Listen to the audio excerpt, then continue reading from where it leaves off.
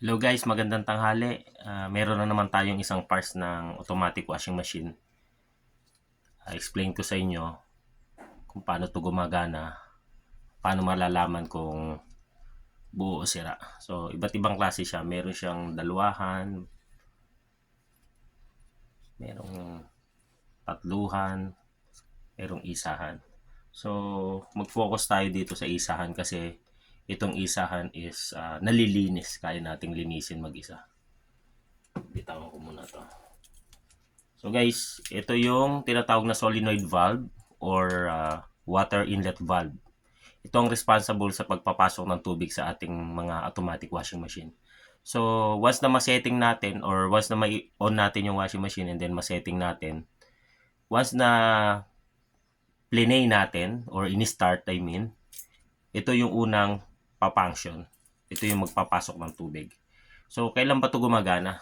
So pag ang washing machine natin is naka-off pa siya, hindi pa na natin ini-start, wala pang supply. So ito actually is 220. Yung mga ganitong solenoid valve is nasa 220 yung supply niya. So nagagaling sa board yung supply niya. Okay? So once na ini-start natin, doon pa lang siya masusuplayan ng kuryente. So once na susuplayan to ng kuryente na 220, ang mangyayari is bubukas na yung valve dito sa taas. So ang mangyayari doon, yung may parang part dyan sa loob na metallic part, hihigupin niya yon pataas para dumali yung tubig. So buhat dito. So once na dumali yung kuryente, hihigupin niya yung pinaka nakabara dito sa may ganito, sa may gitna. So mangyayari, then nag-supply ka ng tubig dito, buhat dito sa labas, papasok na dito papunta sa loob. So ganun lang po ang pag-check niyan. So kailan natin malalaman kung buo o sira ito? Malalaman po natin ito kung halimbawa gusto mong irekta ang pag-check. Kuha ka lang po ng plug, balatan mo to, at alin man sa dalawang ito, line 1, line 2, balatan mo, i-connecta mo to sa plug, and then ikabit mo dito yung hose mo sa bahay. Kung mayroon siyang roscas dito, ikabit mo, and then hawakan mo lang dito sa part na plastic para hindi ka makuryente ko sakali man. Isaksak mo yung plug. So habang bukas yung gripo, pag saksak mo ng plug, ang mangyayari is bubukas yung valve dito, papasok na yung tubig. So doon mo malalaman kung buo siya. At saka kahit walang tubig, kung isinaksak mo siya sa kuryente na 220, mararamdaman mo yung parang ang lakas na vibrate. So ibig sabihin yun, bumubukas yung valve dito.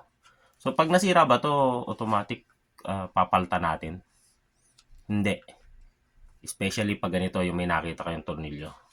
Kasi minsan, kaya ayaw pumasok ng tubig na diretso is madumi lang. Kung mapapansin nyo, meron siyang pinaka-filter doon.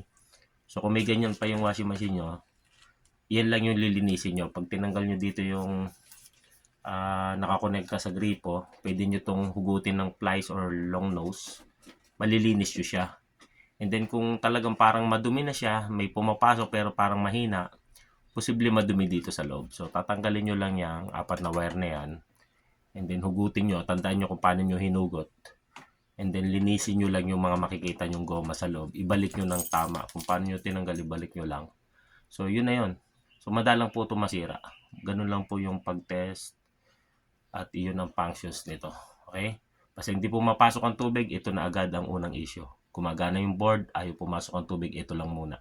No? Kahit hindi muna kayo tumawag ng technician, mag-DIY muna kayo. Kung talagang hindi nyo kaya, tsaka kayo tumawag. Okay guys, maraming salamat. God bless you.